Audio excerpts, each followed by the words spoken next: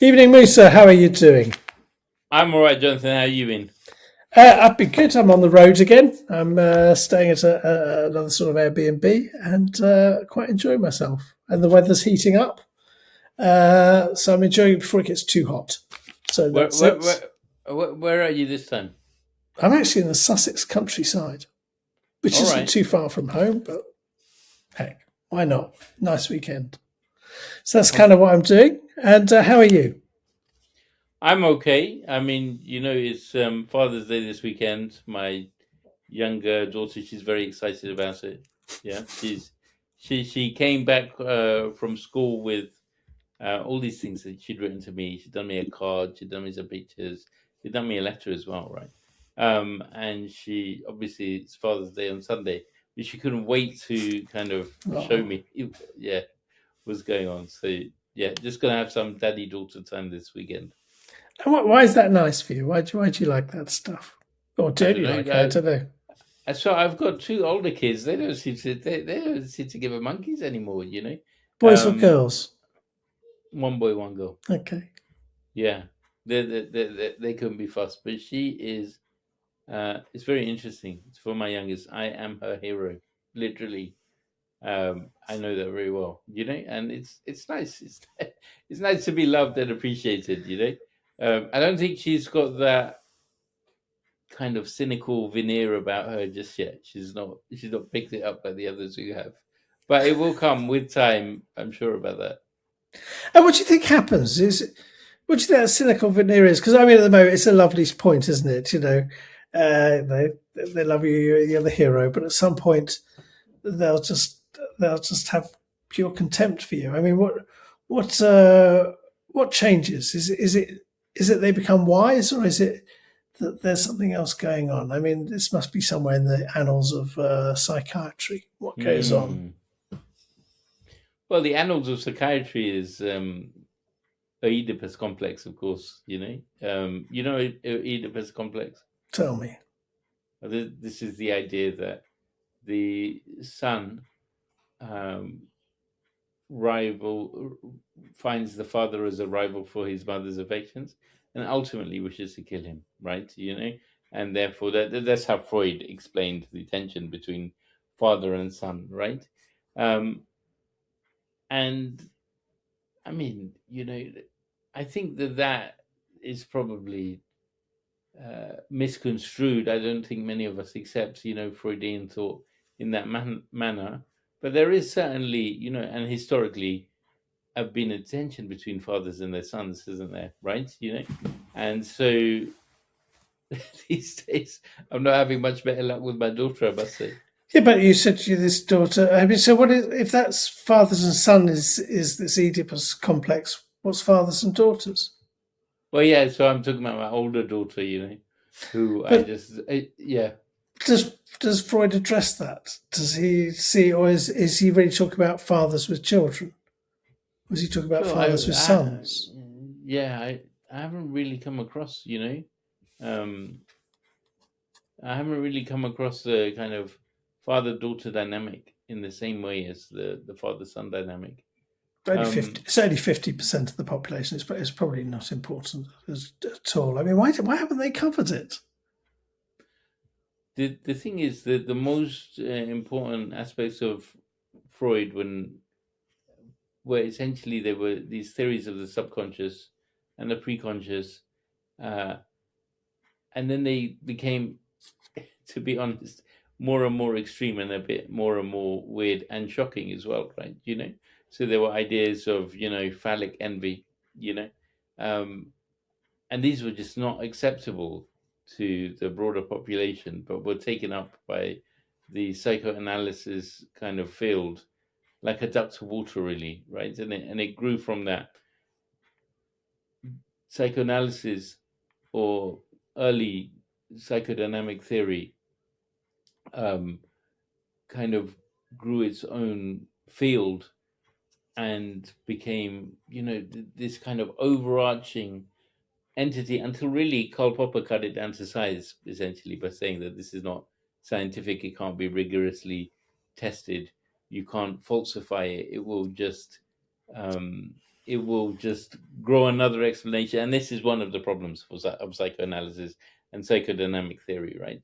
Um, but basically, I think the answer to your question is that it's not shocking enough to examine father-daughter relations. It's much more shocking to examine the tensions between mothers and daughters and fathers and sons. Sorry, I know you want to talk about father, but you just caught me on the Karl Popper thing. Yeah.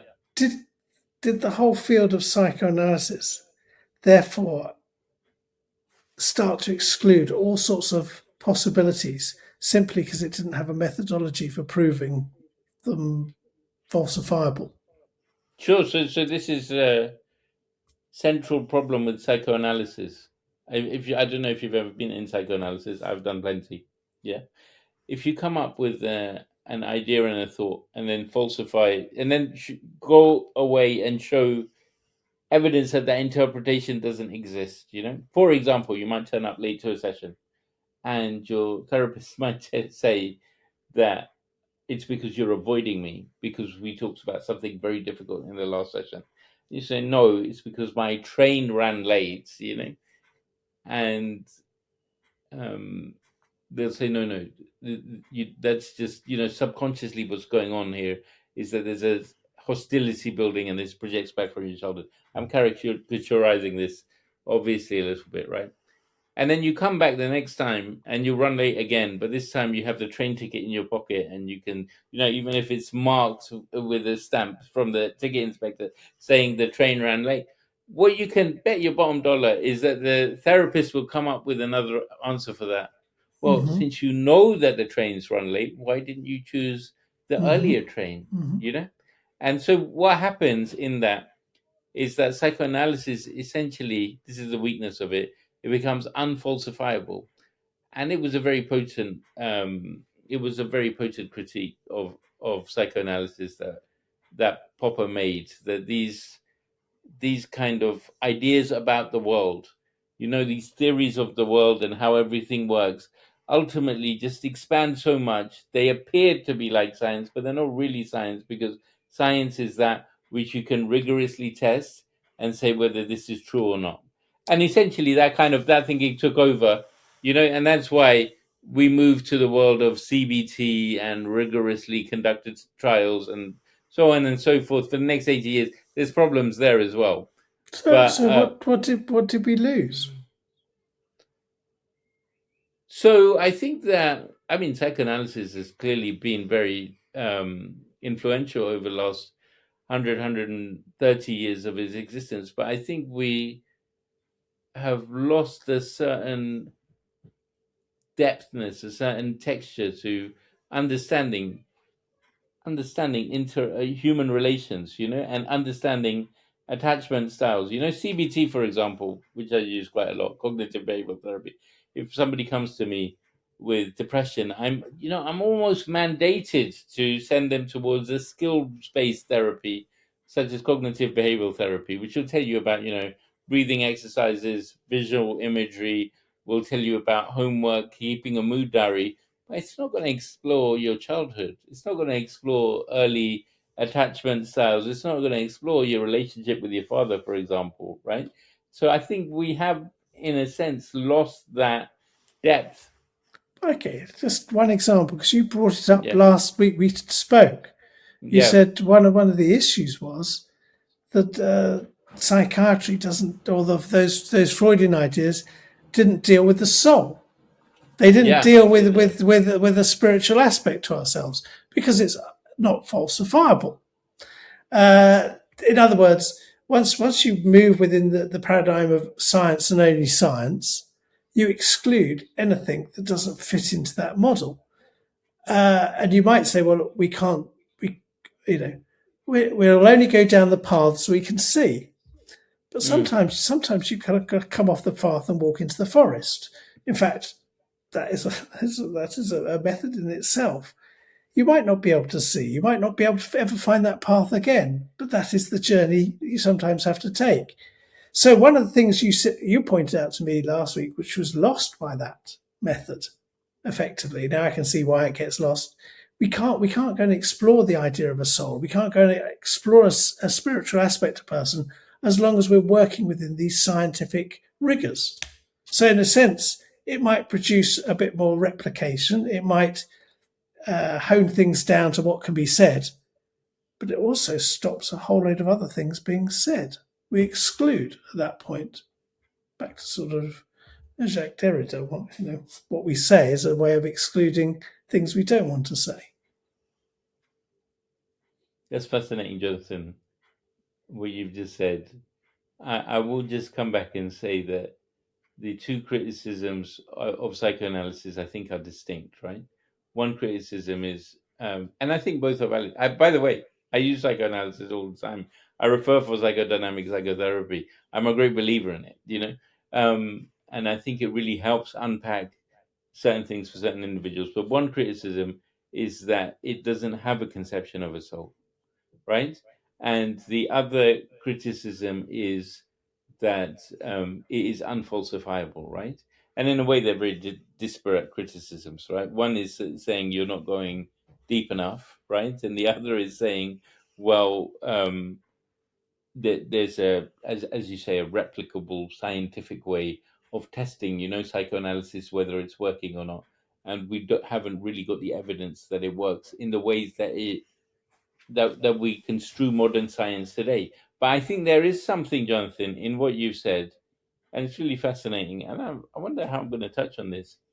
It's essentially the broader question is about the nature of knowledge and what is accepted as knowledge, and why, we use this term quite a lot. In my field, certainly, we'll use it all the time. Psychiatrists that I know, in the big academic institutions will say, well, the evidence shows this, and this hasn't been shown in a randomized control double-blind clinical trial. And I believe in all of that. I'm not averse to it. I also happen to write questions for the College of Psychiatrists on critical appraisal. I've been involved for the last 5-6 years in that, right? But sometimes I do think that, to use a colloquial expression and to lean into what you're saying, people miss the wood for the trees. If things have been shown through a certain process which we deem to be science, it does not necessarily mean that other ideas or other ways of approaching the truth are less valid. If somebody tells me that they're sad and they're existentially hurt and they feel that they can't move beyond a particular barrier in their life, I can't just dismiss that and say, well, because the scales don't show that you're depressed, that feeling doesn't really exist for you, can I? But actually, I happen to experience this all the time. I'll just say one other point. When I started in my PhD journey, I was studying cannabis, right? And I might have told you this before. So I went to a very big researcher and I said, well, I want to ask people what the type of cannabis that they're smoking, what it's like, what it feels like for them, And he kind of argued with me saying, no, don't put this in the study. And I said, why not? That's what we're trying to do. We're trying to find out exactly what, the connection between the chemical substance and the human experience. Why wouldn't we ask those questions? And so this researcher turns around and says, look, if I want to know how much cannabis they've got in their system, I can take a hair sample. If I want to know how it's affected them, I will take some validated scales, and there's the validated scales on depression and anxiety and psychosis and cannabis withdrawal, and here they are. If I want to know the effect on their brain, I can put them in an fMRI scanner and run the sequences and get the data. Why would I want to know what they're telling me about how it feels like? And I remember I was just gobstruck at that moment that, there's really different ways of thinking about science and knowledge here. Yeah, there's different methodologies of collecting data. Yeah. And I find that it's very interesting, and of course we come back to what it excludes and what we then dismiss and what we can't hear. But it raised something for me as you were talking. this, I've been thinking around the question. We meander where we go, but it all holds together. The last question actually has a lot to do with where I'm sitting right now, but that's another story. Yesterday, I went swimming, doing my lengths, come out of the pool. It's this outdoor pool, 50 metres. I was quite proud of myself. I did better than I ever did. Slowed up a lot towards the end. Anyway, I come out, go into the changing rooms, which are indoors. I'm having a shower, and I'm under the shower for at least 2 minutes, and suddenly I feel this sort of thing here. It's like, what's that? And it was like, ow. And being washed down the drain from all the water was a bee or a wasp. I'm not quite sure. Oh, wow. I was like, well, what's that? What's that doing? Now, how should I interpret that? What should I make of that moment? What, you got stung by a bee? Yeah, what should I make of it? What are the narratives I can bring to that? What are the scientific narratives I can bring to that? What are the cosmological narratives I can bring to that? What is the relationship between me and the bee at that point? What's going on?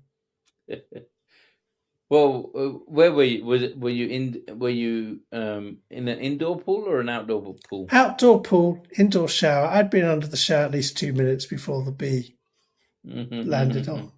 It might have been there all the time. I don't know. But what do you do with it? Well, yeah. What narratives would you bring to that situation? Do you know what came to my mind? It came to my mind as it did it, and it's what I felt. And this is where we might test the waters of psycho, whatever it is you do. I think the bee did something. The bee had something to communicate, more than a sting. Yeah. Part of the whole ecosystem interacted, and the bee has left a message inside me. Is that possible? Yeah. Is that impossible? Well, I mean, the normal thing would be that the bee was frightened, and therefore it injected you with its venom, which feels sharp like a sting, right? You know, and we get to that knowledge by studying bees in certain circumstances, and when they sting, and we observe, we go, okay, we understand. In our human worlds, we have something called fear, and we understand what's going on with that. So we'll project a bit of fear onto the bee. It seems to be displaying what we think of as fear. There's a little scientific jump going on there, isn't it? Because we don't know bees experience fear at all. And we might test some sort of chemical level in the bee at some point if we really want to push that one. We say, well, we get this chemical. This must be the fear chemical. There's nothing like science to give a chemical or a little process a trendy name. So the fear chemical's released or something. The bee then has fear, and we can, slightly anthropomorphic, isn't it? We can then do that thing, and that's why the bee is stung. But that's just one story. Yeah. I think the bee left a message which will unfold in my life. What's that story? Is that just nuts? Is that just another way of looking at it? Is that a real experience? Is that true? Is that not true? Well, is it as true as the angry bee with fear? I don't know. The narrative, Jonathan, that I'm tempted to tell, that I'm sure that you've come across. Oh well, that Jonathan is a little bit cuckoo's bit away with the fairies. Yeah, because that narrative is not given eminence. It's not the preferred way of looking at things, isn't it? It may be. I don't know. It may. Where is it? So in our current 21st century Western highly medicalized context, sitting where we are in 2026, it may be very, very different in 2027. And so in certain places in the world at certain times, this story is told. Yeah. But we also know that.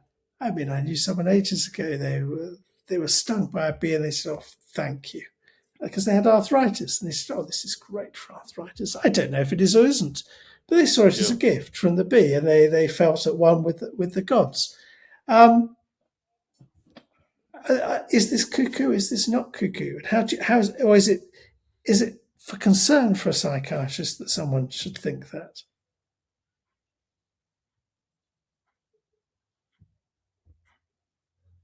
I don't think it would be, it wouldn't concern me. I just wouldn't give it, I just wouldn't give it any weight, right? I would say, well, yeah, that might be the case, but actually the story here is, Jonathan was out swimming in the wild, he got stung by a bee. What does he expect?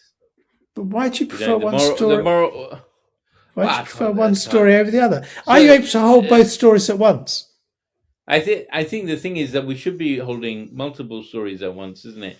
And that is the challenge. That is the challenge of me doing psychiatry, or of us generally unpacking our stories and our narratives throughout these times, right? But there is, of course, we have to filter the narratives that we decide to take on and that we decide to agree with, dismiss some, say that they are not worthy or do not merit our attention, and give others importance and prioritize one, isn't it? That experience will be, of course, completely different. The interpretation of events to a Olympic champion swimmer and to a beekeeper, right? They will have very different experiences or very different narratives of that experience, won't they? Depending on where they're coming from. I like that. Can I take the story a little bit further, just to see Go how on. far we can stretch it? Sure. So, I've written this book. I've written a book called Travel Guide to Connection. There's one paragraph in the whole book that refers to a bee. Yeah. And I picked it up because I needed to use it for something. And this is for the first time since the sting. I pick it up and I do that. And I'm looking at that paragraph about the bee. Is that coincidence? Is that the nature of the world taking me somewhere? So sorry, you'll have to explain that again. So you're stung by the bee, and what, you open your book and No, you find 1 day later, almost 24 hours later, I open my book, which only in 300 odd pages there's one paragraph on a bee, and I open it looking for something, and the first thing I see is the paragraph on the bee. Whilst, by the way, I've got a bit of a lump on my back from the bee sting. Okay. So it's constantly reminding me it's there. Yeah, it sort of itches course, a bit, and it's a bit, it doesn't hurt, but it's reminding me it's there. Mm-hmm. And I open this up, and there it is about the bee. Now, is that just the way the whole universe moves, or is that coincidence? What story do we want to put with it? What's the paragraph about the bee? And the paragraph about the bee is to do with a study into wild pollinators, but it's to do with the fact that humans think they're incredibly important, but really they don't contribute much to the world, to be quite honest. Whereas wild pollinators like bees have done an awful lot. You could get rid of humans from history and nothing much changes. You get rid of bees, the whole place is we're in turmoil. So yes, the paragraph's making the point that you might think you're important, but really you're not. The human being just doesn't. It's not up there. It's not up there. It's not creating that much. It's not creating. It's not like the trees creating carbon dioxide. Okay, we're creating oxygen. Okay, we're kicking out a bit of carbon dioxide, but I suppose we're kicking out a bit more now. But it's not feeding the plants. So look, I mean, that's the point of the paragraph. What I find interesting is I took meaning from it. I saw two things converging, and then just to add to it, a few hours ago, this massive hornet flew into this room, huge, like flew around, stuck around for a while, and then off.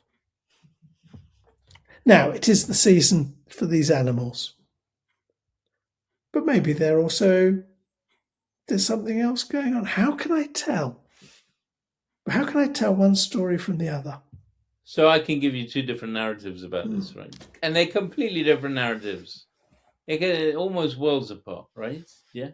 Let's just go with the conventional psychiatric narrative. The psychiatric narrative would be that there are lots of things, or the neuroscientific narrative, there are lots of things happening in the world all around us all the time.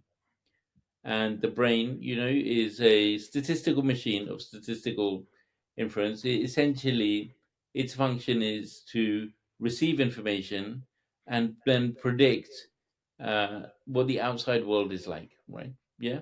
And there's lots of very clever neuroscientists who have come up with even mathematical theories about these things. I think some of them a bit more sketchy than others, but there's good evidence that the obviously the brain receives information and predicts. It can even be said to hallucinate our external world.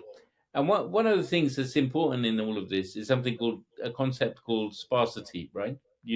So the brain cannot take all the information that it has and recreate that. It has to select or filter or, give attention to certain, cues in the environment in order to make us understand our external reality, right? So in your case, Jonathan, one of the ways of thinking about things is, well, you got stung by a bee, which is pretty salient. And now when you're coming up across, references of bees or understanding of bees, in your text, when you're seeing it in the environment, now suddenly that is salient for you. Okay. And then this argument can be extended to mental illness, and it often is that when you are overwhelmed with salience, so this is the salience theory of, acute psychotic episodes, right? If someone takes too much cocaine or crack or has an acute psychotic state, for example, the whole world begins to take on some strange meaning for them, right? There are then delusions of grandeur, ideas of reference, feeling that you're getting messages from the TV or the radio, which can be grandiose, which can be paranoid, and that really leads to a psychotic state, right? So that's a neuroscientific. Yeah, Ideas of reference are what? That's the getting messages from the TV and the radio. yeah. You hear a song, Okay. you suddenly think that they're singing about you, right? Yeah. You watch the news, you suddenly think that it's all talking about you. So, that's ideas of reference. So that's a neuroscientific way of understanding things, right? There's a very different way. There's another very different way of understanding things. I don't know if you know this, Jonathan. Bees have a particular importance in mystical Islam. Do you know that? No, Okay. tell me. So, so there's a verse in the Quran, and I can't remember it off the top of my head, right? Yeah. But it says that that's God speaking. He uses the plural. Yeah, first person plural. We inspired the bee, right, to build, trellises and to flower the plants and to create honey, and in honey is a cure for mankind. I can't remember the exact verse off the top of my head. People could look it up. This has caused massive debate within in the history of Islam, because the word for we inspired is, I believe, it's Alhaina, which means we provided revelation to the bee to go and do this, to create honey, as if it's under divine instruction, right? And so then the question that arises around that, and has been debated, is exactly what is divine instruction. Is that the bee was told to go and make honey, or is it somehow coded into the bee's genetics, and that is actual divine inspiration, and so you can imagine the debates which begin to arise from this, right? And then of course that second part of that thought, which I've just told you, is that all of this is as a mercy or a cure for mankind, right? And in that, of course, in Islam, the central reason for creation is for the upkeep of man, essentially, right? So these narratives exist side by side. Now, which of those you wish to take, which of them is cuckoo, and which of them is, you wish to take up, I think that's up to you, isn't it? I mean, I find that when you said we, what did you mean? We being the gods, or is we? Yeah, This God. is So we, there's the one. god. Well, there's one God in Islam, Allah, but he uses the first person plural when he's speaking. Okay, okay. I like the Queen. She used to do that. Yeah, like the Yeah, Queen. Yeah. yeah, yeah. So what I you see, it does strike me. I mean, it's in sort of answer to that question, and it strikes me more and more. I mean, the universe existence is a big thing. It's a long thing. Mm, It's a long in two directions. It's long in space. It's long in time. But one thing it's constantly doing is it's in motion. It's just constantly in motion. It is an animate thing. There's no part of it that is truly still. It's just in mm, motion. And everything in it is caught up in that motion. You're in it, I'm in it, and of course, this form I have at this moment, which I believe, but as you pointed out, the neuroscience might be just helping me see this form. It might not be exactly how it is, but mm. it's in motion. It's in constant motion. I am caught in the motion. Now, the question is, am I caught in this tiny little stream where I can just wade across it? Or am I caught up in a force of current, incredibly grander than I am, that is just Hmm. in motion, which therefore means even my very thoughts, even my preferences, my this and that, my moralities, my behaviors, they're not necessarily destiny, but they're emerging out of the emotion. The motion creating what I am and what you are and what it all is. Just as if we're in water. I mean, does one part of the stream go? Ah, yes, I'll tell you what's going on here, or is it just being pushed along and seeing things from that point of view? Because in a sense, that idea that you know the great spirits of this world put it into the DNA, or the great spirits of it give a message. It's all just motion. It's all just motion. DNA itself is in motion. They're all being pushed. We are being pushed. This little podcast is push. So at that point, the be and me, as we connect, is just part of the push. And as I decide to think of it one way or decide to think of it another way, it's just the motion. I almost don't have control. But what that motion does is it gives me a perception that I do. How can I tell? I Doctor. think that. Yeah, I wonder if the question here is which narrative you prefer and which vantage point you want to look at the world from, right? I mean, while you're speaking, I'm just thinking about there's a model in economics. I don't know if you've ever come across it. It's a very Keynesian type model. It's called the ISLM model of macroeconomics. Have you ever come across this about how interest rates might affect the economy? And okay, I'll just briefly break it down, extremely briefly, right? Can I just There say, is, I yeah. like your style. We've gone from bees to cosmic forces into microeconomics, and I personally like that. This this This is what I like it, doing. This. this is a microeconomics. This is microeconomics, right? And my grasp of it, I wish it was better, but essentially, there's a goods market, right? And the goods market is kind of at equilibrium when people are buying and selling, as needed. We decide to buy or sell a house. You say it should be this much. I agree to pay you that much. That's called equilibrium, right? There's a goods market, and then of course there's a money market, which because the money needs to be produced to kind of supply and meet the demand, for the goods market, and so the goods market and the money market equally.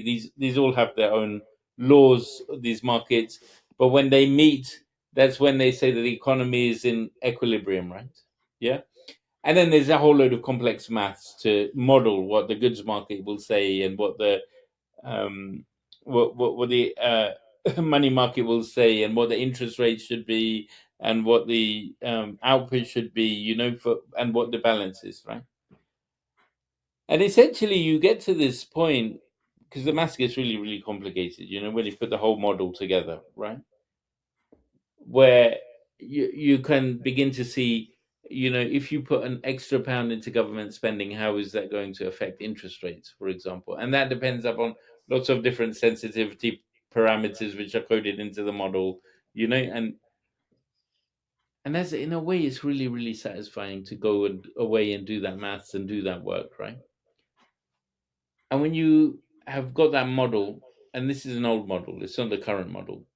When you've got that model, you suddenly think that you understand something about the economy or the laws or how it works, right?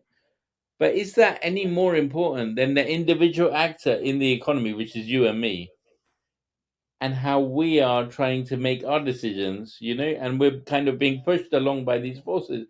And do we actually understand anything about our personal views and preferences and how we are affected by the economy by understanding the kind of macro picture or not?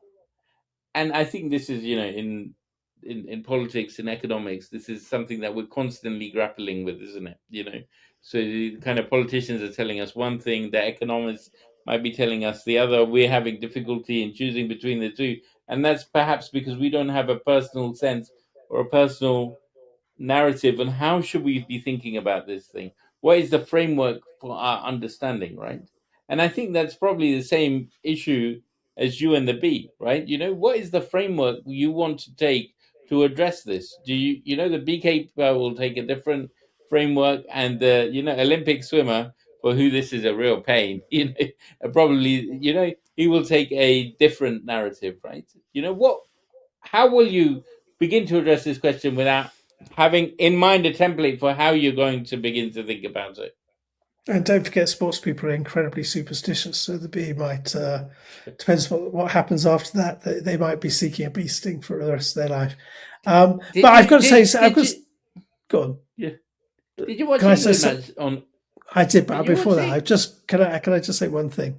Yeah. I've got to hand it to you, Musa. I thought I couldn't understand how you were taking this whole thing of God, science, just the force of emergence in existence, and how you're going to tie that up into the laws of goods.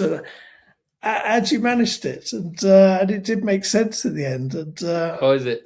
just hats off. I think that was very well done. I think President Trump calls this the weave. That he's yeah, that he you I don't know if you've have you well, I'm not, but have you ever heard President Trump? He goes off in his little segues. I've stopped listening. It's just pointless. It's just a pointless. I just don't see the point anymore. It's just noise. So I don't listen. But what's the weave? Oh, it's this style of talking where he just brings everything into it and ends up with a point, right? There's this debate whether he's obviously arguing that he's got a method to his madness. Other people are arguing that he's dementing. I don't know the answer. So it's like a stream of consciousness, which becomes. Oh, I'm sure you have another word for it in psychiatry, where people just babble, and then they tie things together a bit. But I think that's what speakers do. I think that's a. Wait, okay. Can I ask you a question before we hit the England game?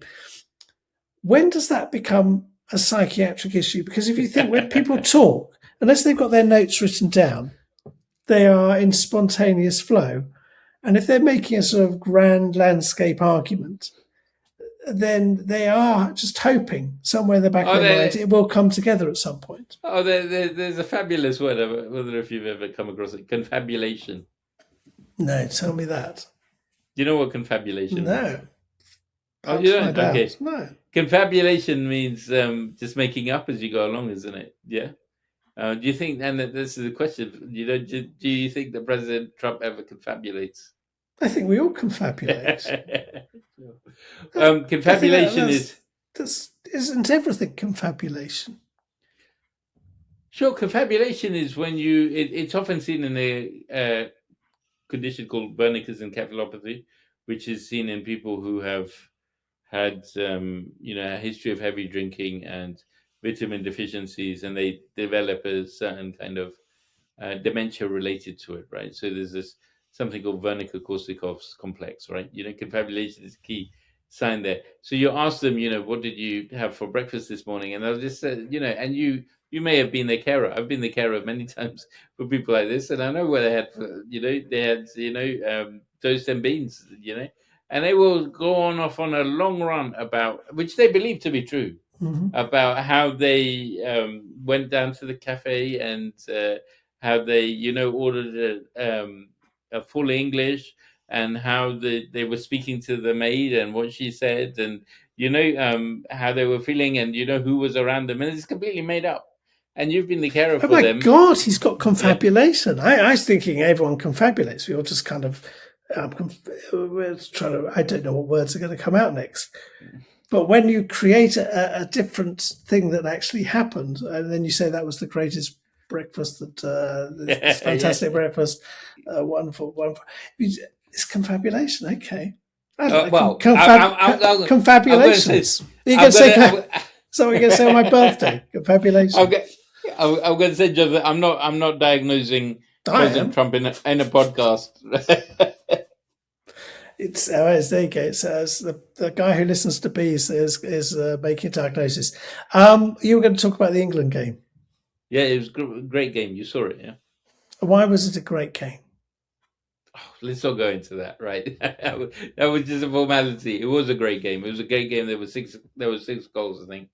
Yeah, the two Croatian goals were fantastic, and of course England won, and they played some really entertaining football. But what I wanted to talk about actually was the penalty. So you might remember right at the beginning of the game there was a penalty by Kane, right? And then it was the first shot he actually missed, or it was saved by the keeper. It was saved. Disregarded. Yeah. So the first penalty he took, I don't know if you noticed this, and I'm surprised nobody else picked up on this, right? So Kane kind of rubs his boots, then his shorts, just before he takes the penalty, right? And I was like, I'm sure that is, some kind of superstition. And then, of course, he misses, right? So I wonder what, I was just wondering what the kind of concept of that superstition is with him, Nobody else commented on it. Players are so superstitious. Yeah. I mean, do you remember that cricketer? I think it was called Pringle. He was still wearing the shoes he had worn when he was like 14. He had to cut a hole out for the toe because they were his lucky shoes. And he was playing Test cricket with a hole in the shoe for his toe to point back out. I mean, but that's sport. That's the nature of it. It's full of ritual. It's full of these bits. But do we therefore say all these sports people are crazy? Or is there something in their superstition? Is there something which maybe cannot be falsified, maybe doesn't, but it works to this different logic? It works to the motion of the world, the existence. I mean, the thing is, it's difficult to say. You see, if that was a superstition, and I have no idea if it was or not, right? I don't want to be insulting England's next great hero. It didn't work, did it? He missed the penalty. It was saved, On the other hand, well, I know what you're going to say. Go on. Well, it wasn't saved because ultimately he scores it. So, but there's other sides to this. There was a player, I think he could have qualified. Was it Tunisia, Syria, or what was the country he was playing? Sweden, and he ends up playing for Sweden. And where he was born, but there was a thing. It was just trying to get your social media attention. It said, "Why didn't he celebrate?" Well, actually, he kissed the ground, and he gave a prayer. That was his celebration. So he did celebrate, but they were trying to get. But is that superstition? When you thank the gods, is that superstition? So he was a Tunisian player, was it? I know he was playing for Sweden. So, but he was, because of his, his life and the rules of where you belong and the rules of where you belong if you're playing football, which are different to the rules where you. It just goes on and on, doesn't it? he could have played for 3 different teams, but he I chose see. he chose one of them. But he was playing against one of the teams he could have qualified to play for. But anyway, they made a big thing of this because they've got nothing else to report really. And when he finished, he kissed the ground. He didn't do the big thing. He just stood there and he kissed the ground. He was thankful to the forces holding him. He humbled towards those rather than, hey, it's me. Is he superstitious? Oh, and here's the other flip on it, is the person who stands in front of the crowd going, look, I did it. One, and thanking the crowd perhaps too. Is he superstitious of the crowd, or is he superstitious of his own greatness? That if he doesn't feel that great, he won't be able to do it again. Are these what's a superstition, Doctor? What is one? Well, you tell me, Jonathan. My job is not to, you're the anthropologist here. I'm not here to diagnose superstition. Nobody's come to me asking me what's a superstition before, right? They've asked me what depression is, what anxiety is, what trauma is. You tell me what. So when does superstition? Because I mean, as my family will attest, I'm full of superstitions that drive me crazy. Not that not that I actually believe them, but I don't want to take the chance. I mean, look, it's ridiculous. I won't pass people on the stairs, but I do constantly when I catch a train. I pass people on the stairs, but in my house, and my daughter frequently just runs at me, so I have to run the other way. And it's very funny. I mean, why do I do it? Not because I think something awful will happen, but I just don't want to take the chance that it might. I don't believe them, but I'm impelled to act on them. What's that about? Perhaps ritual is encoded within us on some level, Jonathan, isn't it? There is a tendency for us to do things in a certain manner, in a certain routine. What's OCD all about? What is it all about? For some people, it becomes a very severe clinical disease or a disorder, as you know, right? But it does show that we have some innate tendency to set up a set of rules for ourselves, which may not be directly related to our, external environment. Sometimes, the people who suffer from OCD, they tend to know that the things that they're believing or the superstitions that they hold, actually, they're completely untrue, but they find them very distressing to break through that, right? And so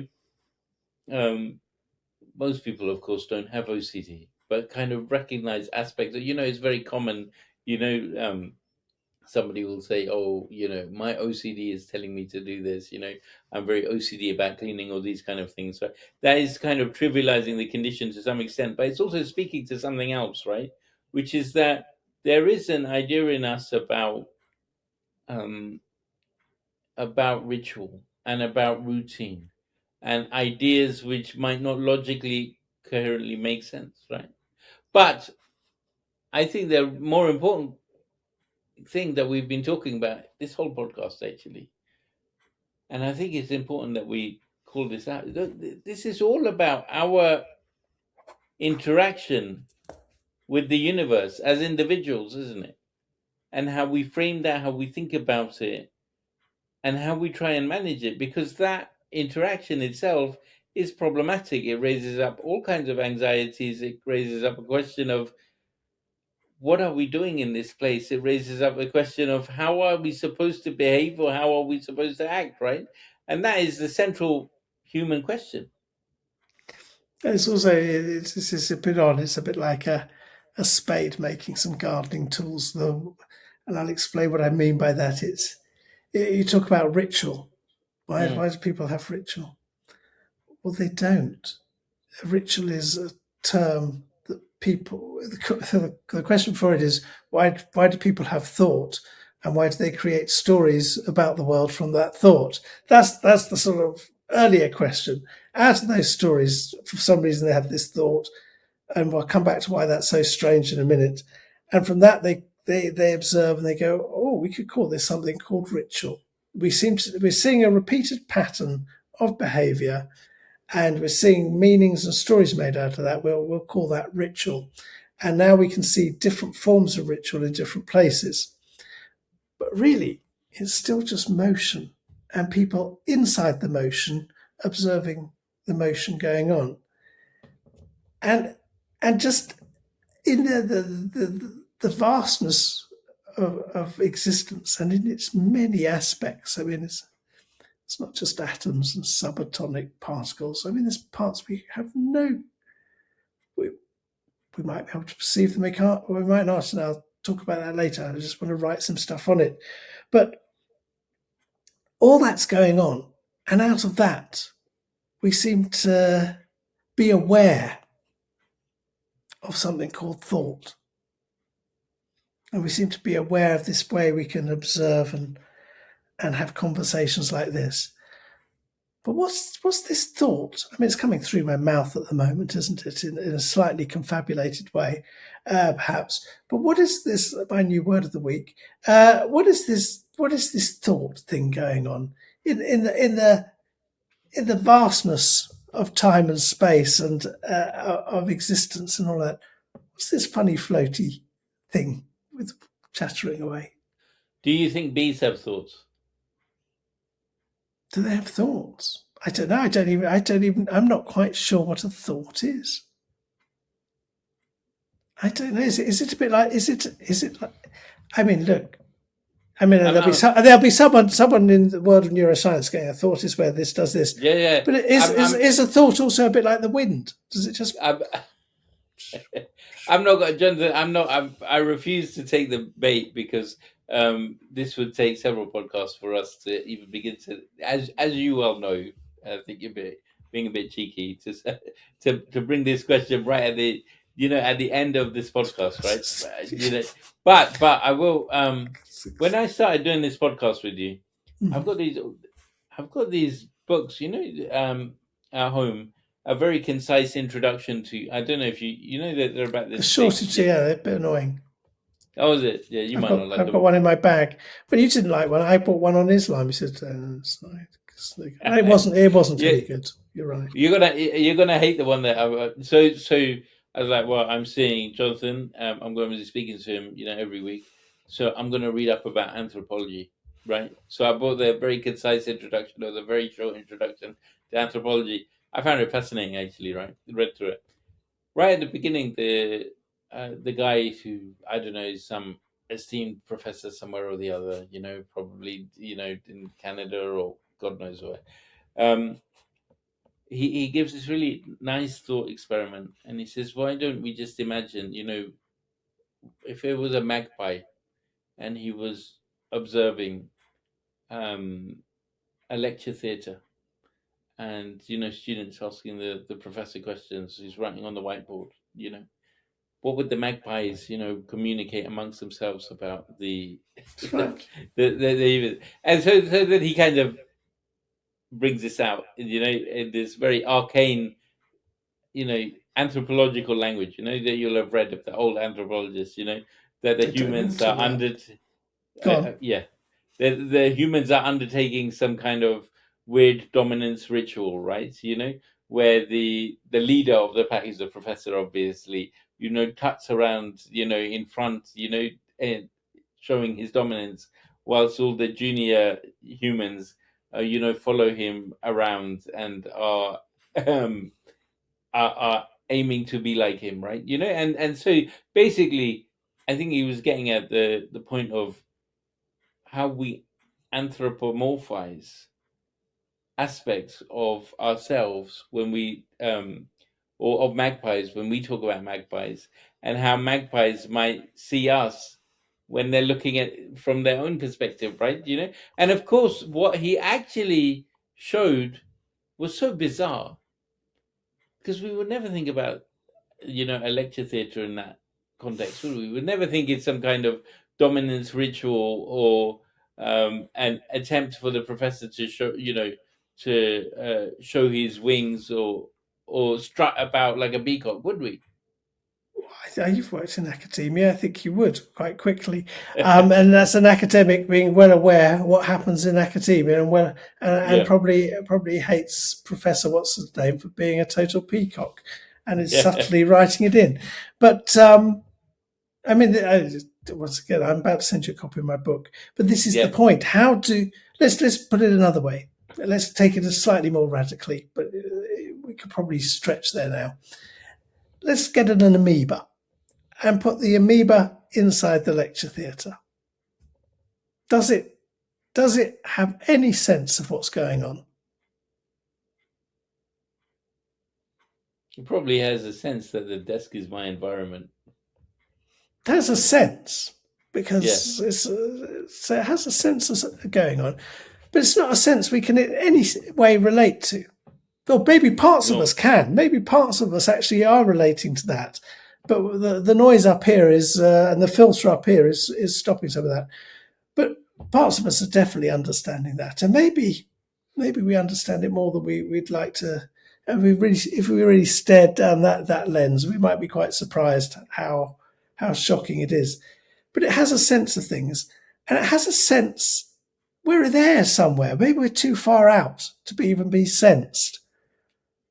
But this is the point. What we perceive is all done within so many restraints. The restraint of a human body, the restraint of a certain human body, the restraint of a certain human body then can follow the paths of power and economy to such a point that they can actually be heard to make a statement about it that anyone else will hear, and on and on and on. And in that, every single story we have ever laid down upon the world has been anthropomorphic, because it's come out of this anthro, the people, this person. It's come out of here. If the crow told stories of the world, told stories of the tree, it'd be crowmorphic. Might not call itself a crow. There's a dog just down here. You can't see it. And there's a book on the shelf in this book by Donna Haraway, all about dogs and her relationship with the dog. And there's a lovely quote on the back by Bruno Latour about it. But how do they see the world? How do they see these relationships? Because once we start decentering ourselves, and once we start seeing ourselves within the grand scheme of things, these arseholes who are just trying to dominate destiny at the moment, I mean, they're either slaves to the same emergence, in which case they may as well put their feet up, or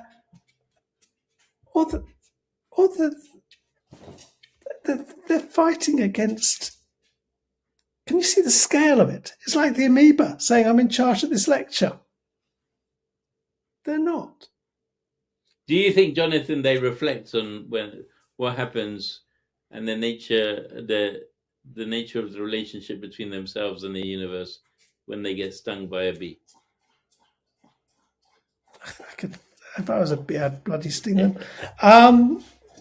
It's unbelievable, isn't it? And of course, they probably think they're doing something fantastic.